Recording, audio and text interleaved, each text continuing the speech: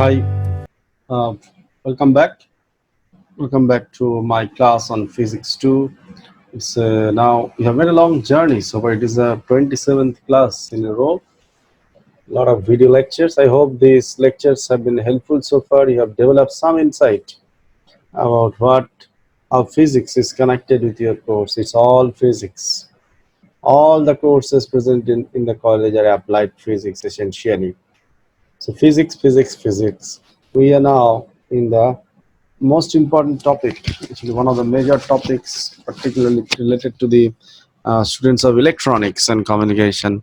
Okay, where they talk about how waves passes through a medium. That is the electromagnetic wave passes through a medium I'm talking about. So because it is an essential issue to all the tops, most of the like the people of computer science and IT, where you have to work on communication purposes. So primitive communication is I'm telling primitive because now digital communications are available. The analog communications are essentially based on those modulation techniques where you put a audio signal on a radio signal. All these things are there. Now that radio signal is an electromagnetic wave. Okay, our usual light wave is also an electromagnetic wave. X-ray, gamma ray, these are all electromagnetic waves. So knowing electromagnetic waves and its character is very important for anything you do. So that is what I tried to do over the past few days. We essentially tried to tell you that it all begins with the vectors, basic knowledge of vectors, vector calculus, I should say. So that is something I tried to share over the past 2 days. This is me. The vectors calculus means the gradient of a vector, divergence of a vector, curl of a vector, I told you. Gradient means change in the vector. Okay, it is a change we are talking about. Okay, now that change, you see, it's a scalar. Okay, if a bulb is on in all direction, okay, the impact you can get.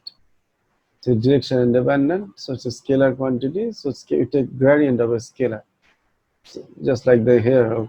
You see, temperature different variation is there. This is also the scalar quantity. Now this is how you take gradient, that is operator of gradient, del L x I cap, del L y j cap, del L z cap, everybody knows. Directional derivative means on gradient, you take the dot product with certain direction, that is a directional derivative. Gradient is actually slope. In basic mathematics courses also people learn it, okay? There is a slope of a vector. And now when you take the slope in a definite direction, you take the dot product like that as shown by the blue arrow, then it becomes directional derivative. Divergence means you take the dot flow. Okay, talk physical meaning is the flow of a vector. Flow may be inward, may be outward. Suppose today I'll be talking about electrostatics. Okay, those black arrows are lines of forces. From positive charges, they are going away. So there is a flow of electric line of forces, but it is outwards. So divergence will be greater than zero. For the blue one, there is a, if I only separately consider, okay, only positive and negative charge is not connected like the way it is there shown on the screen. Suppose only negative charge, it's like a sink. All the charges, so all the lines of forces will be coming there. So there is inward flow, okay, so gradient will be negative. So this is some of the pictures that I often tell you. Last 2 days also I have been showing these videos in front of you. You can see the positive and negative charges, lines of forces are coming out. Some beautiful animations are there, okay. That is the left hand side is about velocity vectors, okay. Divergence means how it is flowing, how it is changing. You see, it's, you experience, it is really awesome, really wonderful to see, okay, how it is changing. Now these are some of the examples that I did, and this is a very famous operator, Laplacian operator, del square operator, okay, Nabla operator people say. Now this is what would happen if you take del square of some of the functions. So therefore, now look at the pigeons. They're talking something else. They're talking about curl of a vector. Curl means they talk about rotation of a vector. Okay. So rotation of a vector is, or vorticity of a vector is called the curl of the vector. So how do you resolve curl? that I told you. Okay, curl means rotation. This is actually what you do. Suppose rotation of a magnetic field, rotation of electric field, or even rotation of a velocity vector, whatever you do, you have to take the curl. Okay, this is the classical example of taking curl. Look at the Amphan, the cyclonic storm. The velocity vector is changing every time, so it has got a rotation about an axis. What about the axis? Okay, if you just look at the cyclonic storm, there is a center. So if you drop a perpendicular at the center, so that may be an axis. About that axis, there is a rotation of the velocity vector. So this cyclonic storm here, it has got its vorticity. Okay, that the vorticity or rotation is measured through the curl. This is the formula of getting curl. Curl zero means no rotation. Curl non-zero means some rotation is there. Okay, these are some of the vector identities. After that, I actually told about the vector integrals. That it may be line integral, Ogden kind of thing. It may be surface integral, which talks about total flux coming out of a surface. Volume integral, integration of the small volumes. And surface integral and volume integral connection is shown there. Not connection, there are differences. Surface integral is the total flux coming out of the surface, and volume integral is the total matter content. Now, surface integral you take a vector quantity, and volume integral is taken for a scalar, just like this. You can see there rho dV. There is rho is the density, which is a scalar. Okay, net density and total integration of rho density over the full volume gives you mass. Okay, which is also a scalar. Okay. Now A dot ds on the other hand, it talks about what is the total amount of vector A coming out of the surface S. Now this is a famous Gauss's divergence theorem. It talks about surface integral of a vector is equal to the equivalent to divergence of the volume integral of that vector. This is the Stokes theorem. I discussed them in my previous video lecture. It talks about, it connects line integral. That is, if somebody is walking along, okay, network done in that circular path motion is equivalent to the total number of rotation done, because curl means rotation. So that is the, this is the relationship, okay, of the Stokes law. Okay, I discussed it. There is a very famous Stokes law. You can say the rotation is equal to the amount of rotation you do. Okay, the curl of the vector across the surface over the surface is equal to the total work done. These are the two laws: divergence theorem and Stokes theorem. Divergence theorem connects surface integral with the volume integral. Stokes law connects line integral with the surface integral. Stokes law has got a 2D version also, that is called Green's law. This is some of the problems. Now we'll now move into electrostatics. You can see these two pictures, two charges are there. So electrostatics, these are some of the known ideas. Deals with charges. Two positive, here two different charges are there, positive charge and negative charge. So now I'll be actually doing it directly. Okay, how this is the famous Coulomb's law. Okay, so how it comes, let me show you directly. It will be easier for you to understand. So let me switch off the video a bit.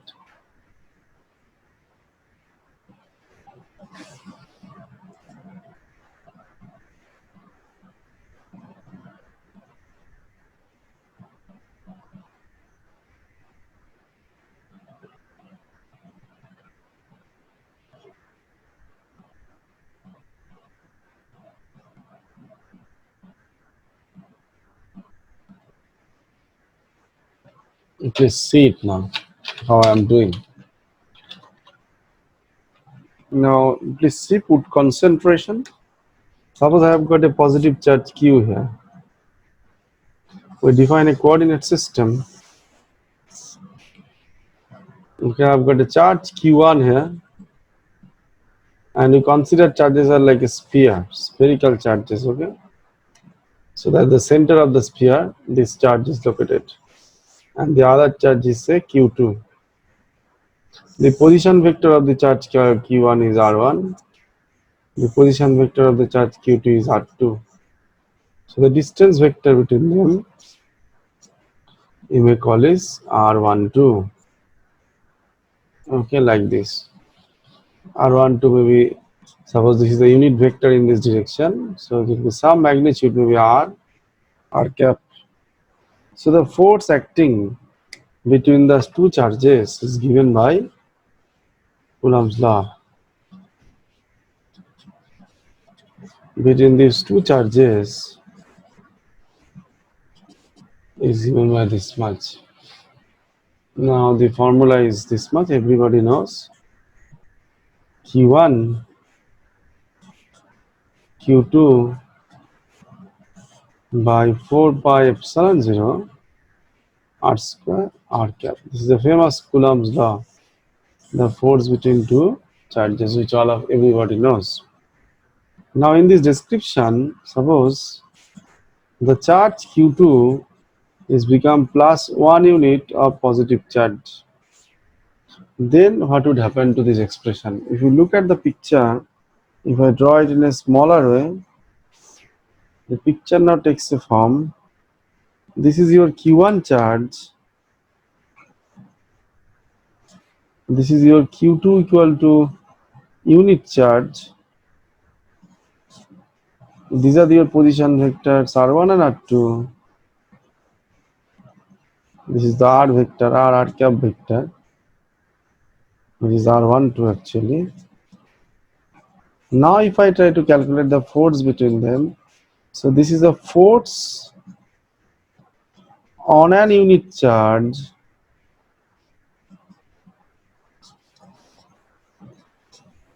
by the charge, say Q1 according to my description. So Q2 in this expression is now becoming unity. If it becomes unity, then this expression is Fc is equal to Q1 by 4 pi r square 1 by epsilon 0. So this it becomes the force on an unit charge. Now this is the force on an unit charge by the charge Q1.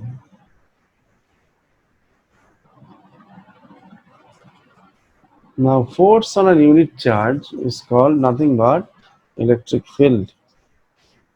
These are all vectors, see first. Okay. This is nothing but electric field. So this E stands for electric field. So force on a unit charge is called electric field. Please see how I am doing it again. So these are my charges Q1. This is the other charge Q2 equal to 1 unit. And with respect to the coordinate system, suppose this is R1, this is R2, this is R cap, that is R12. We can calculate the force on a unit charge is Q1 into 1.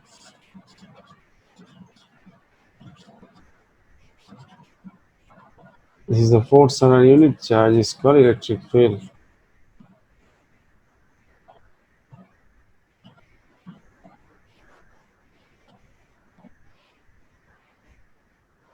This is nothing but electric field. So this is Q1 by 4 pi r square 1 by epsilon 0 r cap. R cap is the direction in which the force is acting. Now if you look at the expression, Q1 is basically charge. Okay, now let us do one thing. Suppose I consider a sphere, and at the center of the sphere I keep the charge Q1.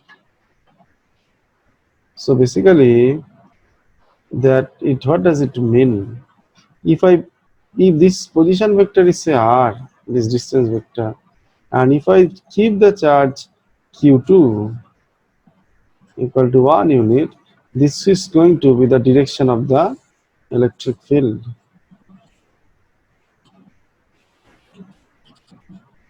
Now if I bring the charge here, This is going to be the direction of the electric field. If I bring the charge here, this is going to be the direction of the electric. If I bring it here, this is going to be the direction of the electric field. So these are all the variety of directions of electric field. They're changing their direction because the charge Q2 may change its position.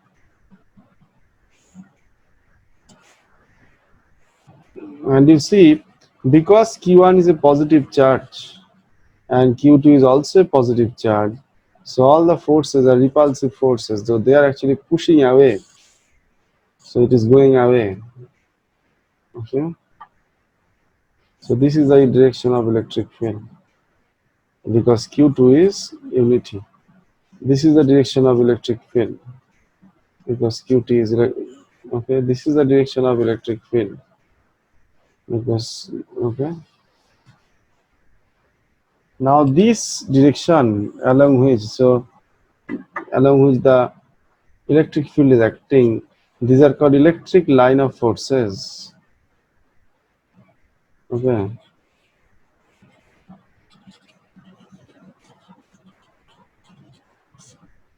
These are electric line of forces. So this is an electric line of force. This is also an electric line of force. So this is also an electric line of force. This is also an electric line. This is also an electric line of force.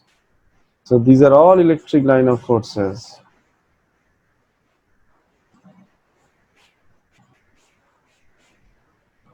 Okay. So with this in mind, now let us progress further.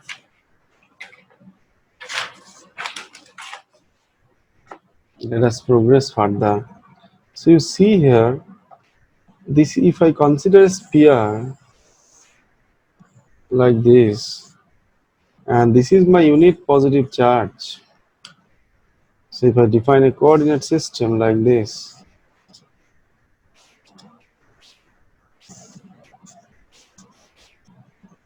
so any positive charge Q2 equal to 1 unity here will show a force applied here. If you bring Q2 equal to 1 unit here, this is the direction force will be applied. Q2 equal to 1 unit here, direction in which the force will be applied. Q2 equal to 1 unit here, the force will be acting in the direction. Okay, so these are all electric line of forces.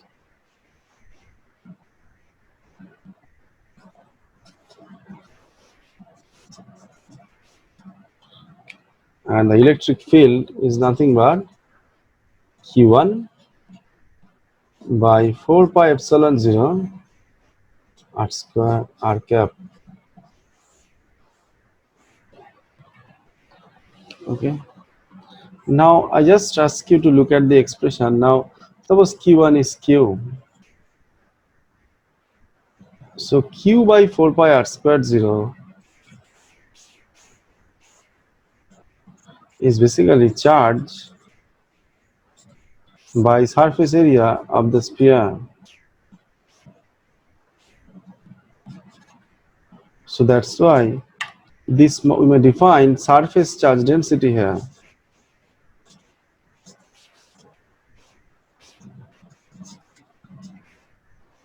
which we call sigma. So you can write down this expression of electric field in this way. E is equal to sigma r cap by epsilon 0, where sigma stands for the surface charge density. It is the surface charge density. Okay.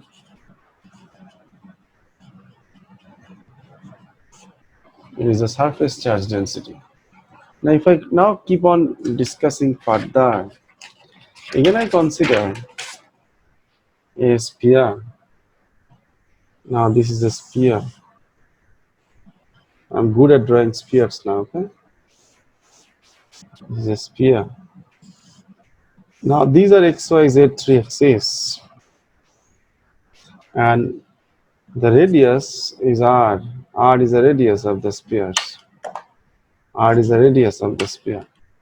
So if I keep a charge plus q here, and if this is the unit charge here, qt equal to 1 unit, so lines of force are acting along this line.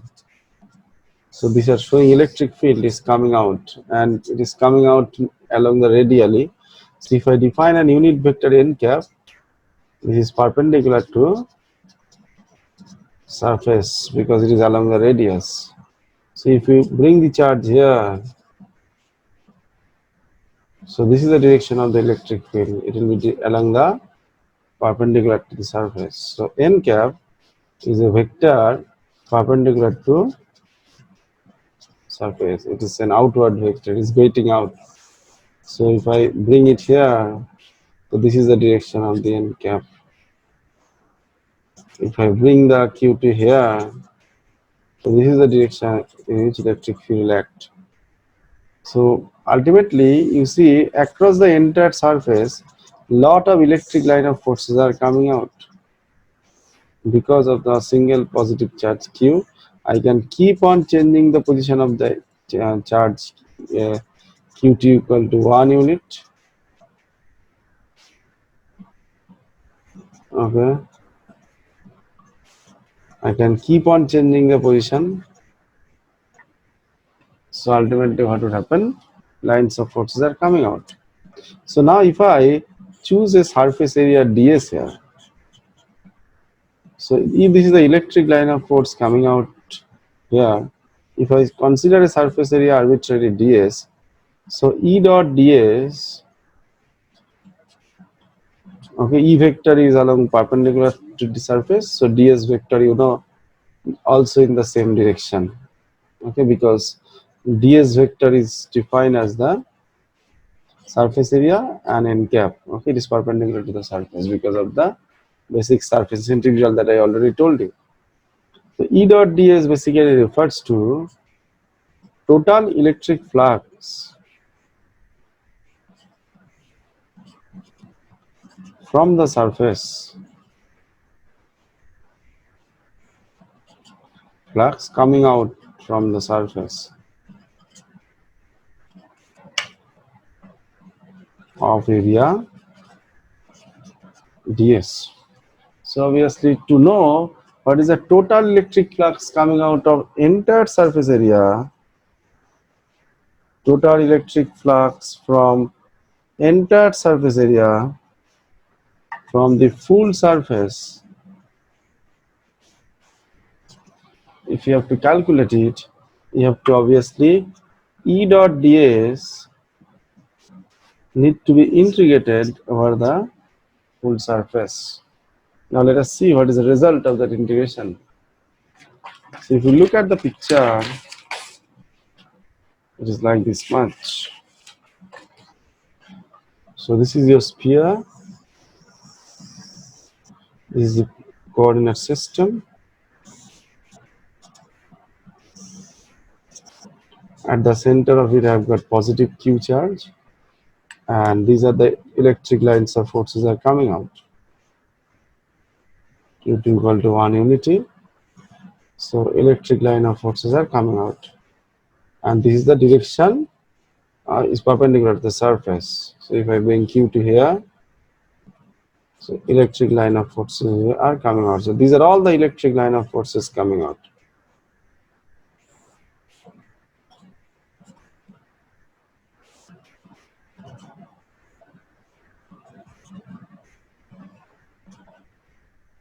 Now point is that if I choose any surface area, say ds, so lot of electric lines of force will come out of the surface. So these are all E. So total electric flux line coming out through ds is E dot ds. So total electric flux from the surface, entire surface,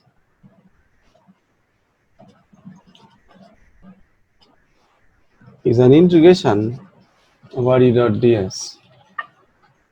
So it is an integration over E dot ds.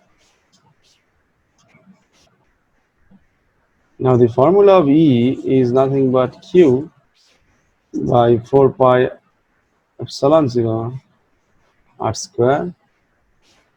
Now r cap ds. Now if you look at the problem, r cap vector is basically along this direction, because if this is the charge Q, and if I bring the charge Q2 equal to unity here, so this is the direction of r cap. And interestingly, r cap is therefore along the radius. The ds vector, okay, its normal is also perpendicular to the surface. So the dot product of r cap ds is nothing but r ds n cap, and because they are in the same direction, so their dot product cos 0 will be 1. So this actually produces only ds. So this is only going to give you ds. So result of this integration is q by 4 pi epsilon 0 r square. This is giving you ds. So now what does it give? This gives you q. Surface area on by 4 pi r square epsilon 0. Now surface integral of ds. Surface integral of ds for a sphere is obviously 4 pi r square. So therefore, what is the result of this integration? It is nothing but q by 4 pi r square epsilon 0 multiplied by surface area. This is the 4 pi r square. Now these two will cancel. So result of the surface integral, the total electric flux coming out, E dot ds is nothing but q, the total amount of charge contained inside the sphere. So you can write down this in this way. You can write down the same thing in this way. Again, this is the sphere.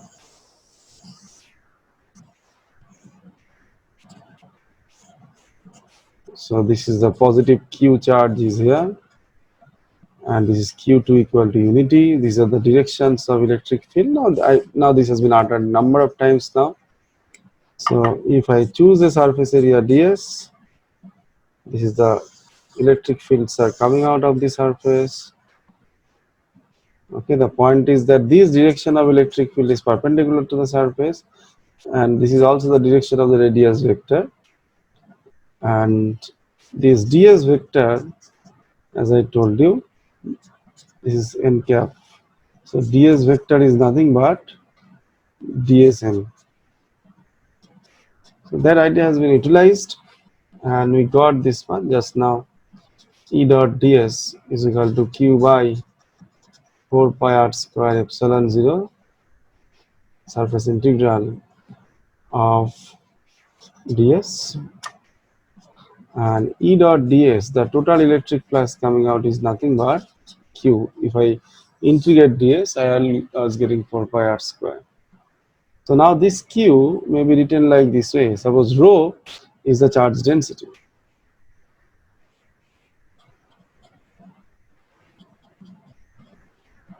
So we can write down, if the volume is V, then rho integrated over the volume gives me the total charge.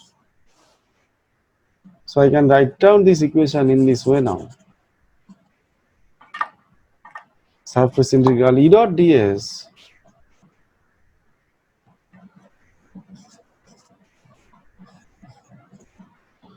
surface integral E dot ds, this is equal to volume integral rho dv. Now by Gauss's divergence theorem, this can be written as, okay,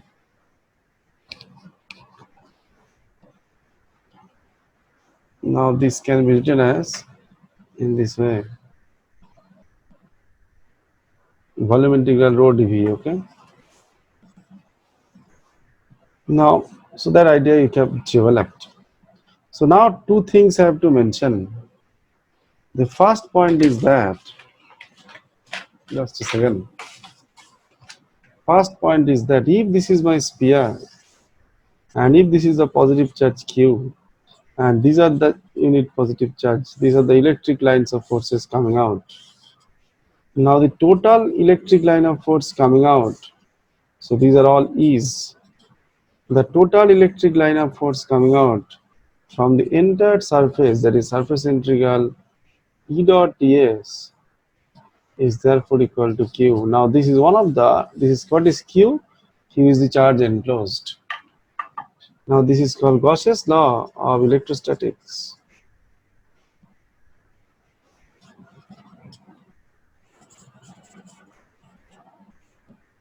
What does it mean? Total electric flux coming out. There is net electric flux coming out of the surface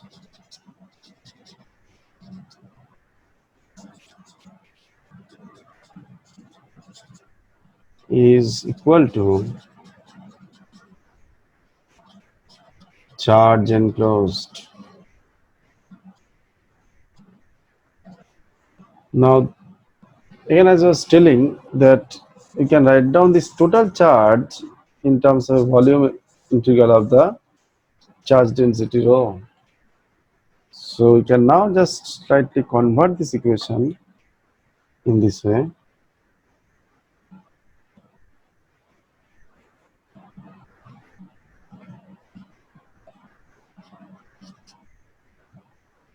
Okay. Now there is famous Gauss's divergence theorem, which connects surface integral with volume integral. That tells us that the surface integral of any vector, suppose in this case E dot ds, is equivalent to the divergence of the volume integral. So this is by Gauss's divergence theorem. If I apply it here, we can write down this in this way. Divergence of E dV is equal to volume integral of rho dV. Now if you compare, you get another form of Gauss's law. Divergence of E is equal to, you see, this is actually Q by epsilon 0. So epsilon 0 will be there. So it will be rho by epsilon 0. So now if I just repeat the same story in front of you. Yes, this much. This is my sphere. This is my positive charge. This is the coordinate system. These are the electric line of forces coming out from the surface. Total electric line of force coming out is basically E dot ds is nothing but this much, Q by 4 pi r square epsilon 0 surface integral of, what you notice, that r cap ds vector. Ds vector means n cap ds. R cap and n cap gives you 1. So ultimately this equation was like becoming like this much.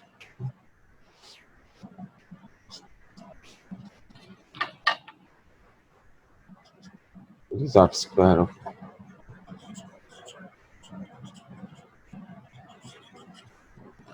Now this is 1 and ds was giving 4 pi r square. So we get the idea. Total flux coming out is equal to charge content by epsilon 0.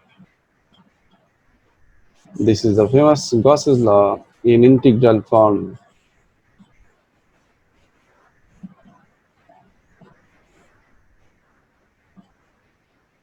In integral form. And by using the Gauss's divergence theorem,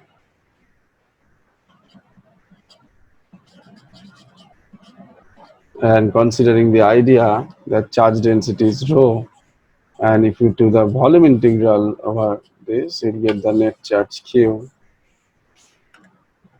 We can write down this equation in this way: rho dv is equal to divergence of E dv volume integral. So this gives me divergence of E equal to rho by, this is the epsilon 0, rho by epsilon 0. And as I was telling you, this is the differential form of Gauss's law. Okay, this is the differential form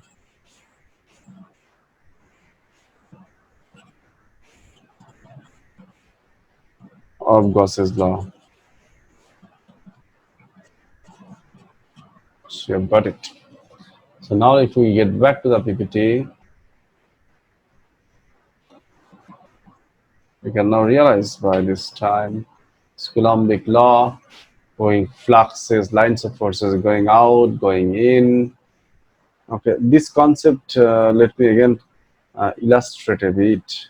Okay, I have not just to tell you that what is the meaning of lines of forces going out and going in. Okay, this is a very important point. You see, so far I have been discussing like this. I have got a sphere, I have got a positive charge q, I have got another positive charge q to equal to unity. So this is the direction in which the repulsive force is acting. Okay, so this is the direction in which it is acting. So it is all going away. So the flow is outward.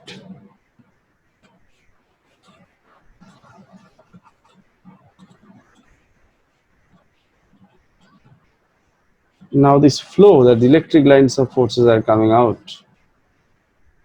Okay, this flow of electric line of forces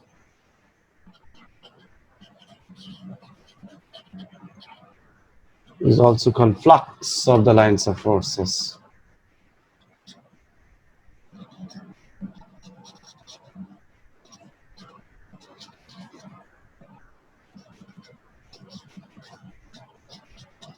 Or simply electric flux. Now here electric flux, this is electric flux. So what I was trying to do, that surface integral, I was trying to get the net electric flux. Now it might also happen, suppose I have got a minus q charge here and this is my sphere. So if I bring the unit charge here, so now they will be pulling attraction. So if you bring it here, so there will be attraction. If you bring it here, so there will be attraction.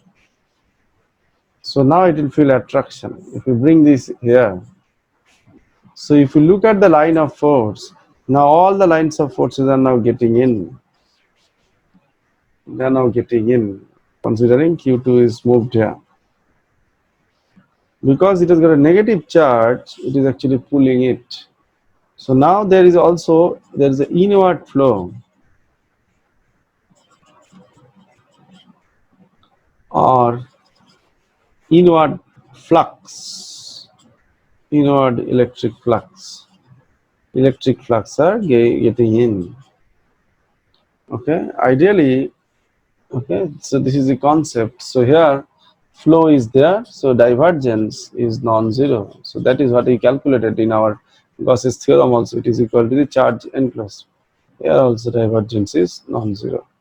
And what you notice, these divergence is equal to charge density by epsilon 0. Okay, so this is something you notice, and that you can see also. Okay, so this is mathematical and this is the pictorial. Okay, through picture also you can get the same thing. So they are in agreement. Okay, that is what Gauss is also telling. So now,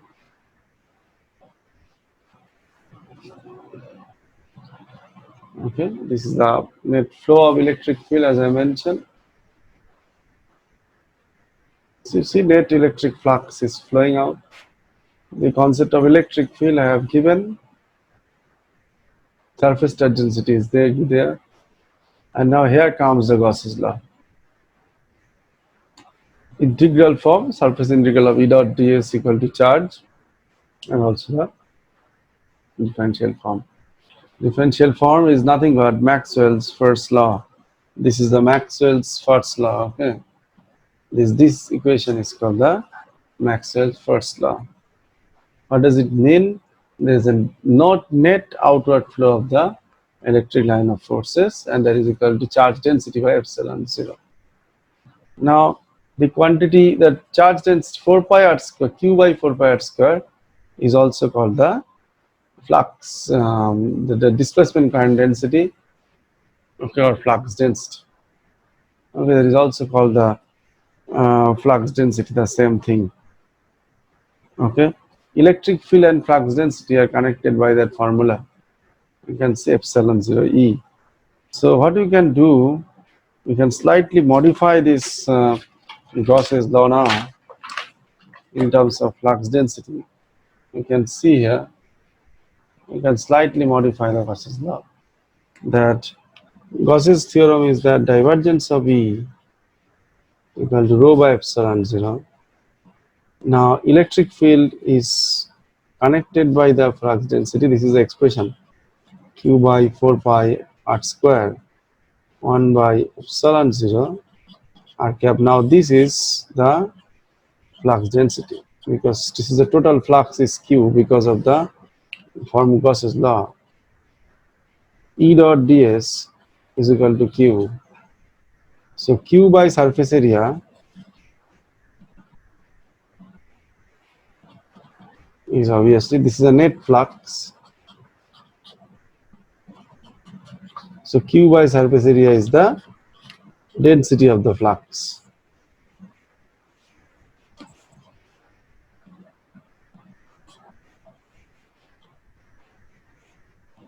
So this is nothing but flux density, which we call as d. So E is equal to d by epsilon 0. Okay, now this r vector will come when you define this as a vector. So this gives you d is equal to epsilon 0 E. So if I utilize this idea here in Gauss's theorem, now here I can write down this expression in this way. Divergence of epsilon 0 E is equal to rho. Now epsilon 0 E is nothing but the displacement current density. So this gives me divergence of D equal to rho. So this is the Gauss's law. This is in terms of electric field. In differential form, in terms of electric field. And this is also Gauss's law in terms of, this is also in differential form in terms of flux density.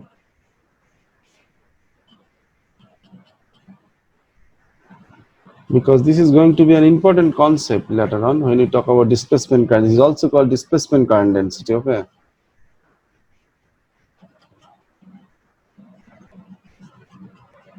So many funny ideas are coming out.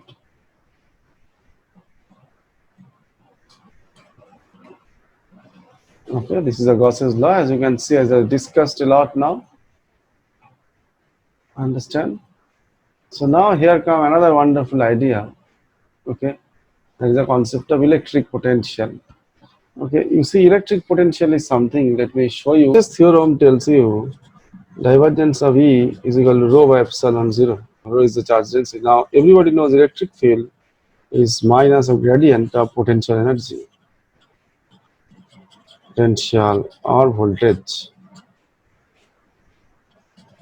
So if I put that value here, this gives me divergence of minus of gradient of phi is equal to rho by epsilon 0. Now this is nothing but del square phi, the minus of rho by epsilon 0. Now this is called Poisson's equation of electrostatics.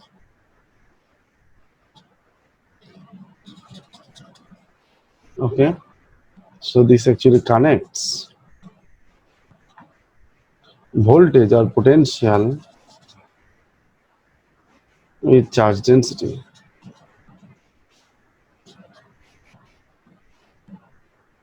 Okay. Now, if there is no charge for a free space where its rho is zero, charge free region,